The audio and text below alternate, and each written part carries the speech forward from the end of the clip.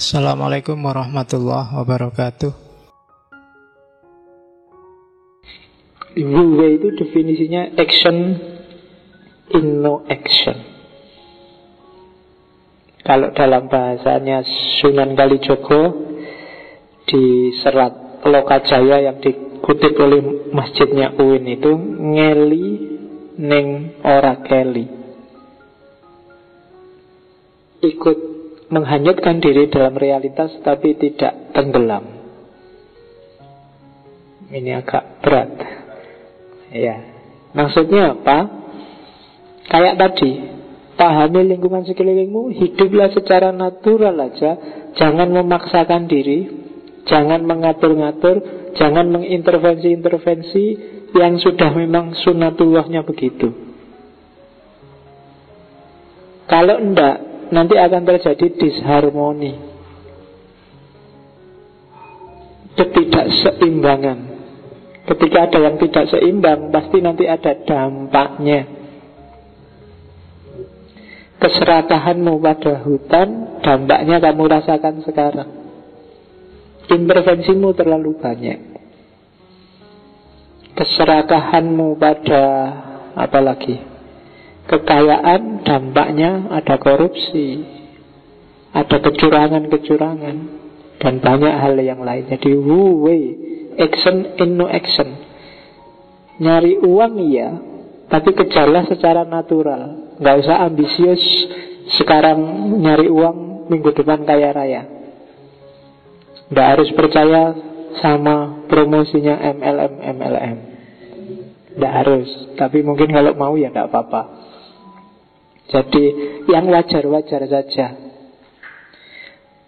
Bekerja 100, ya nanti imbalannya baliknya juga 100. Wajar. Yang tidak wajar pasti ada yang tidak beres di situ. Dan nanti ada efeknya pasti. Action in no action. Lakukan sesuatu tapi sesuai sunnatullahnya. Tidak harus bikin yang mukjizat-mukjizat yang luar biasa. Hidup yang dipedomani sunnatullah. Kamu loncat dari lantai 3 amplas, itu secara sunnatullah mati. Itu aja yang dipegangi. Jangan jajal meskipun kamu yakin, loh kalau Allah menghendaki pak, bisa loh pak tidak mati. Ya jajalan era percaya. Enggak, yang kita pedomani secara sunnatullah, loncat dari lantai 3-nya amplas yang paling atas itu ya tewas. Sunnatullahnya itu bahwa ya mungkin saja Allah intervensi, tapi jangan dicoba. Itu Wu Wei namanya, action in no action. Bisa kok kamu jajal loncat dan selamat, tapi itu tidak sesuai sunnatullah. Secara sunnatullah kamu mati. Itu Wu Wei. Jadi bekerjalah yang alami, jangan memaksakan diri, jangan ngatur-ngatur, jangan mempengaruhi yang sudah hukumnya. Toh sunatullah juga dari Allah. Ada banyak hal. Manusia hari ini kan gitu. Mentang-mentang jelek terus kulitnya hitam operasi. Kayak Michael Jackson itu jadi putih kabeh. Tapi ya ada efeknya kan akhirnya. Mungkin kanker kulit, mungkin susah, macam-macam. Jadi Wu Wei, action in no action. Tidak harus ambisius, tidak harus intervensi. Oke, sekarang masih ada waktu. Saya agak cepat. Ada 10 makomat. Saya menyebutnya makomat, pinjam istilah dari Sufi. Jadi suluk juga dari Sufi. Suluknya para ulama Zen ini biasanya digambarkan dengan lukisan sapi dan penggembalanya. Ada 10 lukisan. Dan itu dimana biasanya deret itu. Ini tak ambil lukisannya agak mending. Biasanya lukisannya agak jelek-jelek karena kasar. Lukisan tangan. Untuk menggambarkan 10 step Zen Buddhisme. Versinya banyak, tapi alurnya sama. Kenapa pakai sapi? Ya, jangan lupa sumbernya dari India. Bagi India sapi itu dimuliakan. Ya, kalau di sini dibantai habis-habisan. Iya. Kalau cuma dibantai tidak apa-apa. Ada yang tega sekali kan, mau dibantai digelonggong itu kan, dimasukin air. Itu bisa nangis-nangis orang India kalau lihat itu. Jadi analoginya sapi. Saya baru tahu kemarin baca-baca di India itu, kalau ada perempuan cantik dan anggun, terus bijaksana, pinter, itu pepatahnya adalah perempuan itu seperti sapi. Nggak ada di sini ya. Kalau di sini anak perempuan disebut sapi mesti marah. Tapi di India kalau ada perempuan disamakan dengan sapi, berarti dia anggun terus pinter. Jadi cantik, anggun, pinter. Hebat sekali kamu seperti sapi. Iya rasanya ya orang enak, tapi udah apa-apa lah. Orang sana tradisi sana, karena sapi bagi kita kan rasanya beda dengan orang India. Orang India sapi kadang tidak ditaruh di belakang di kandang, tapi ditaruh di kamar tamu. Iya. Jadi karena sapinya dimuliakan. Oke. Level pertama bagi mereka yang ingin menjalankan lakunya Zen adalah kesadaran. Mencari sapi yang hilang. Jadi ada seorang penggembala yang kehilangan sapi. Jadi yang pertama cari sapi dulu. Sadarilah bahwa kamu kehilangan. Sadarilah dalam hidupmu ada yang keliru, ada yang gak beres, ada yang kosong, ada yang melarikan diri, ada yang harusnya jalan tapi gak jalan. Kesadaran akan masalah. Salah satu poin bahwa hidupmu sudah di jalur yang benar adalah kamu sadar terhadap apa yang keliru dalam hidupmu. Jadi pertama-tama harus kamu sadari bahwa sapimu hilang. Kalau ini saja belum, enggak. Makanya kalau di Islam makomat itu hampir semua sufi level pertama adalah tobat. Tobat itu kan nama lain dari sadar. Sadarilah bahwa kamu keliru. Sadarilah bahwa kamu tidak pada jalur yang benar. Ada banyak hal yang harusnya kamu lakukan, tidak kamu lakukan. Itu yang pertama. Jadi carilah sapimu masing-masing. Ada yang hilang. Kalau selama ini kamu menganggap hidupmu normal-normal saja, coba dipikir lagi. Mungkin ada yang tidak pas, ada yang tidak beres. Terus yang kedua, menemukan jejaknya sapi. Iya. Jadi setelah kamu sadar sapimu hilang, kan terus kamu lacak, loh ini ada jejaknya. Iya. Apa sih maksudnya menemukan jejaknya sapi? Muhasabah. Iya ya. Mungkin aku terlalu arogan. Iya ya. Aku selama ini terlalu merasa diriku penting. Oh iya ya, selama ini aku terlalu cuek, tidak peduli sama lingkungan. Itu menemukan jejaknya sapi. Coba pikir, muhasabah, apa kurangmu selama ini, apa yang tidak pas, apa yang kamu tahu keliru tapi kamu tabrak terus. Sudah jelas-jelas itu salah kok kamu nekat. Ya macam-macam. Kalau di umur-umurmu ini ya mungkin macam apalah. Sudah jelas kamu tidak boleh lihat gambar yang kayak gitu kok yo. Masih saja kamu lihat. Lah ada iklannya ya Pak, nggak sengaja tak pencet.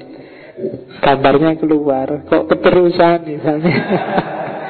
Ya wis ora apa-apa, tapi itulah jejak sapi.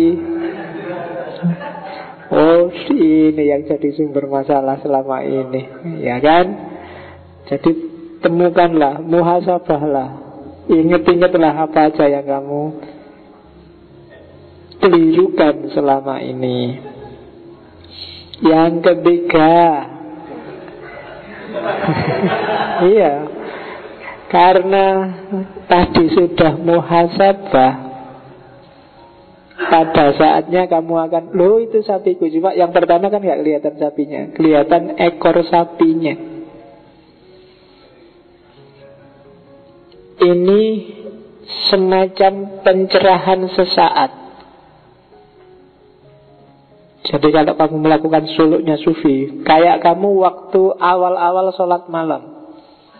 Selama ini sudah gak pernah sholat malam, terus ada masalah kamu sholat malam. Tenang sekali batin saya, Pak. Itu melihat ekor sapi. Jadi pencerahan sementara, ya kan? Kayak kamu takziah. Misalnya ada orang meninggal, kamu takziah, terus kamu merasa, wah, hidup ini memang sementara, sekaya apapun orang. Tiba-tiba kamu jadi bijaksana sekali. Itu pencerahan sesaat. Pulang dari situ kan kamu kumat lagi. Tapi pencerahan sesaat inilah melihat ekor sapi. Ya kan? Baca apa, dengar ceramahnya siapa, astagfirullah, memang aku ini rusak. Itu melihat ekor sapi. Jadi ada pencerahan sesaat, ada peletihan. Ini kalau kamu nggak ikuti terus, kamu nggak jadi pencerahan loh. Baru lihat ekornya loh ya. Kalau nggak kamu terus kan ya sapinya nggak akan ketemu. Jadi momen keempat pencerahan sesaat. Mungkin kamu baca buku, dengerin syekh siapa, atau ikut wirid apa, tiba-tiba ada yang nyes, ada yang itu melihat ekor sapi. Kalau kamu selesai itu kumat lagi, berarti sapimu hilang lagi. Ya. Oke. Jadi kehilangan diri baru lihat ekornya. Terus yang keempat, ketemu kan sekarang. Setelah ketemu apa? Taklukkanlah sapimu. Karena sapimu sudah di luar lama, maka sekarang dia liar. Nafas, pikiran harus kamu kuasai. Taklukkan itu yang ada di dalam dirimu. Pencerahan itu kan urusan menaklukkan diri. Kalau tadi sudah nyes, selesai acara kamu pingin kumat lagi, taklukkan. Biar sapinya ketemu, biar pencerahan beneran. Kalau enggak sapimu hilang lagi, atau enggak terjinakkan. Jadi makomat keempat ini mujahadah, riyadah, menaklukkan sapi. Kamu wiritan sekian ribu kali, itu sebenarnya sedang menaklukkan sapi yang ada dalam dirimu. Jadi itu makom yang keempat, taklukkanlah sapimu. Kalau enggak, yang tadi sudah pencerahan sesaat, kamu balik lagi kehilangan sapi. Hilang sapimu, harus dicari lagi, mulai dari awal lagi. Tapi begitu kamu lihat ekornya, pegang erat-erat dan taklukkan. Susah melawan sapi, apalagi sapinya sudah liar. Nggak gampang loh. Ini yang prosesnya paling berat dan panjang, menjinakkan sapi. Setelah itu menang kamu. Harusnya semakin naik makom kan menang. Sapinya kalah. Kamu bisa menaklukkan dirimu kalau perjuangannya sungguh-sungguh. Inilah kasyaf, inilah ma'rifat. Kamu bisa menaklukkan dirimu, menguasai dirimu. Itu perjinakannya sapi. Setelah itu apa? Pulang ke rumah, kembali ke dirimu yang sejati. Ya kan? Kamu menaiki sapinya. Bukan kamu yang dikontrol oleh pikiranmu, oleh nafsumu, tapi kamu yang kontrol pikiranmu, kontrol nafsumu, kesadaranmu. Selama ini hidup kita yang disetir oleh pikiran. Sekarang dibalik, kita yang nyetir pikiran. Pulang ke rumah, memahami yang sejati, mengenali diri sendiri. Itu makom yang ke-6. Naik sapi. Terus sapi sudah pulang, sudah ditaklukkan, sekarang apa? Menikmati ketenangan. Kasyaf.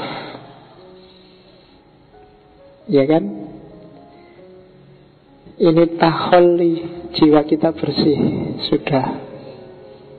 Sudah nyaman. Apa-apa tentram, apa-apa establis, kita nikmati. Ini yang disukai oleh para sufi itu kan, indahnya pencerahan, nikmatnya menang melawan diri sendiri. Diri yang sudah tazkiyatun nafas, tenang, nyaman, kayak penggembala yang melihat malam dan sapinya sudah ada di rumah. Kalau sapinya masih hilang, gak akan bisa tenang. Di rumah mungkin gelisah, pening. Tapi karena sapinya sudah tertaklukkan, sekarang mulai bisa menikmati hidup, mulai bisa tenang. Terus makom ke-8, moksa, nirwana, surga, keheningan, ensu tadi. Semuanya sudah gak penting lagi. Semuanya sudah tidak urgent lagi. Tajalli, jiwanya melebur, hening. Tidak ada yang indah selain dia. Ini sudah wilayah masuk surga ini. Keheningan, moksa, nirwana. Ya kan? Kalau Buddha kan nirwana puncaknya. Di era-era awal, maqamat sufi itu nyampe di nomor 8. Tapi setelah 12 tahun ada tambahan 2 lagi.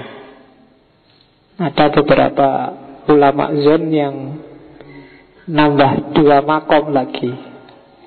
Ini mirip pikirannya Iqbal yang dulu eksistensialis. Kalau sudah nyampe puncak,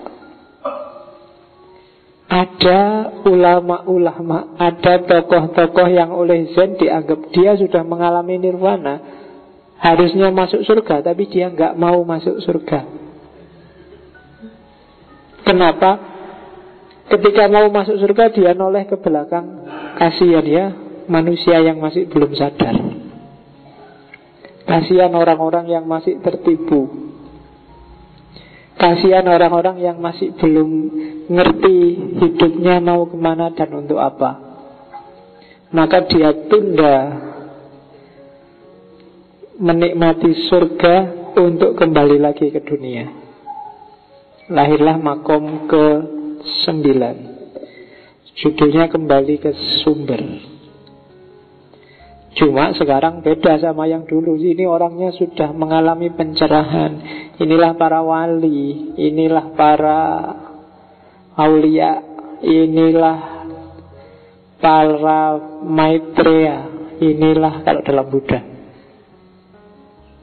Ya mungkin kalian kalau di Cina pernah dengar Dewi Kuan Im, pernah dengar ada beberapa Buddha yang tidak tega sama manusia, dia sayang sama manusia. Masih banyak yang tertipu, masih banyak yang nggak sadar akan hakikat dirinya, maka dia kembali lagi. Cuma sekarang dia beda sama yang dulu, yang masih penggembala sapi. Sekarang dia sudah murni, sudah kembali kayak bayi, kembali ke sumber. Bayi itu kan bersih, murni, tidak ada pikiran ruwet, tidak ada hasrat ambisi yang tidak perlu. Menikmati hidup apa adanya, kembali ke sumber, tidak tertipu lagi oleh dunia. Riyadhah sudah selesai. Sekarang dia jadi orang yang berbeda, kembali ke sumber. Dan puncaknya adalah, ya sudah, dia sekarang sudah murni, saatnya mengunjungi pasar dunia. Ya, hidup bersama masyarakat, menularkan kesadaran, menularkan pencerahan. Jadi orang-orang kayak gini katanya Buddha banyak. Orang-orang kayak gini namanya Maitreya. Maitreya itu terjemahan harafiahnya mitra dunia, sahabatnya alam semesta. Jadi dia, kalau di Buddha gambarannya bukan wali yang punya jenggot pakai serban, tapi orangnya lucu, malahan gendut, dan kalau ketawa ya ketawa aja bebas. Biasanya cuma bawa buntelan satu. Jadi karena bagi dia hidup itu ya nggak butuh banyak-banyak kok. Cuma butuh berapa baju, paling sebanyak-banyaknya baju paling butuh 2 atau 3. Toh yang dipakai cuma satu kan? Iya. Bisa lo diputer, satu dipakai, satu dicuci. Kalau agak kaya ya beli 3. Satu dipakai, satu dicuci, satu taruh lemari. Nanti yang dipakai dicuci, yang dicuci taruh lemari, yang di lemari dipakai. 3 bisa diputer dan tetap bersih dan bagus. Kamu yang kos-kosan aja bajumu berapa? Kadang-kadang semua baju yang di kos-kosan dianggap miliknya sendiri. Iya. Jadi mengunjungi pasar dunia, Maitreya, jadi mitranya dunia. Bagi Buddha, carilah orang-orang ini. Orang-orang yang sudah mengalami nirwana, sudah melewati kesadaran puncak, untuk meningkatkan kesadaranmu. Cara mencarinya paling gampang adalah bukan dengan kamu kemana-mana nyari, tapi bersihkan dirimu. Ketika dirimu bersih, orang-orang kayak gini yang akan mendekatimu. Kalau kamu sudah siap, mereka akan datang sendiri. Ini logikanya kayak para wali. Nggak usah nyari mursyid yang cocok buat kamu. Kalau jiwamu siap, mursyidnya sendiri akan datang, akan tampil. Tinggal kamu peka apa enggak di sekelilingmu. Maitreya, sahabat dunia. Mereka ini orang-orang yang sangat kasihan, sangat sayang padamu. Harusnya mereka menikmati hidup di dunia, di nirwana, tapi milih hidup kembali lagi ke dunia demi menyelamatkanmu. Dan di antara kitab-kitab Buddha nanti ada ramalan bahwa di akhir zaman akan ada Maitreya yang naik onta. Dan di banyak tafsir, bagi banyak orang itu sebenarnya meramalkan kehadiran Nabi Muhammad. Makanya nanti cari buku yang judulnya bahwa Nabi Muhammad ada dalam kitab-kitab Weda. Ya meskipun namanya pasti bukan Muhammad, tapi isyarat-isyarat keberadaannya mirip dan sama. Jadi cari orang-orang yang digambarkan selalu ceria, hidupnya natural, nggak dibuat-buat, malah gendut. Dan kalau mau ketawa, ketawa aja, nggak ditahan-tahan karena sopan santun, nggak ditahan-tahan karena enggak, perutnya juga enggak six pack. Iya.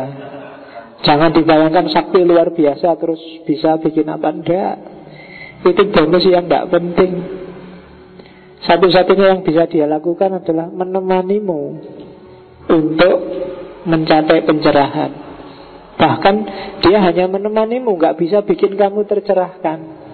Dia bisa nulari virus kesadaran dalam dirimu yang bikin kamu tergerak untuk melakukan aktivitas yang nomor 1 sampai nomor 9 tadi.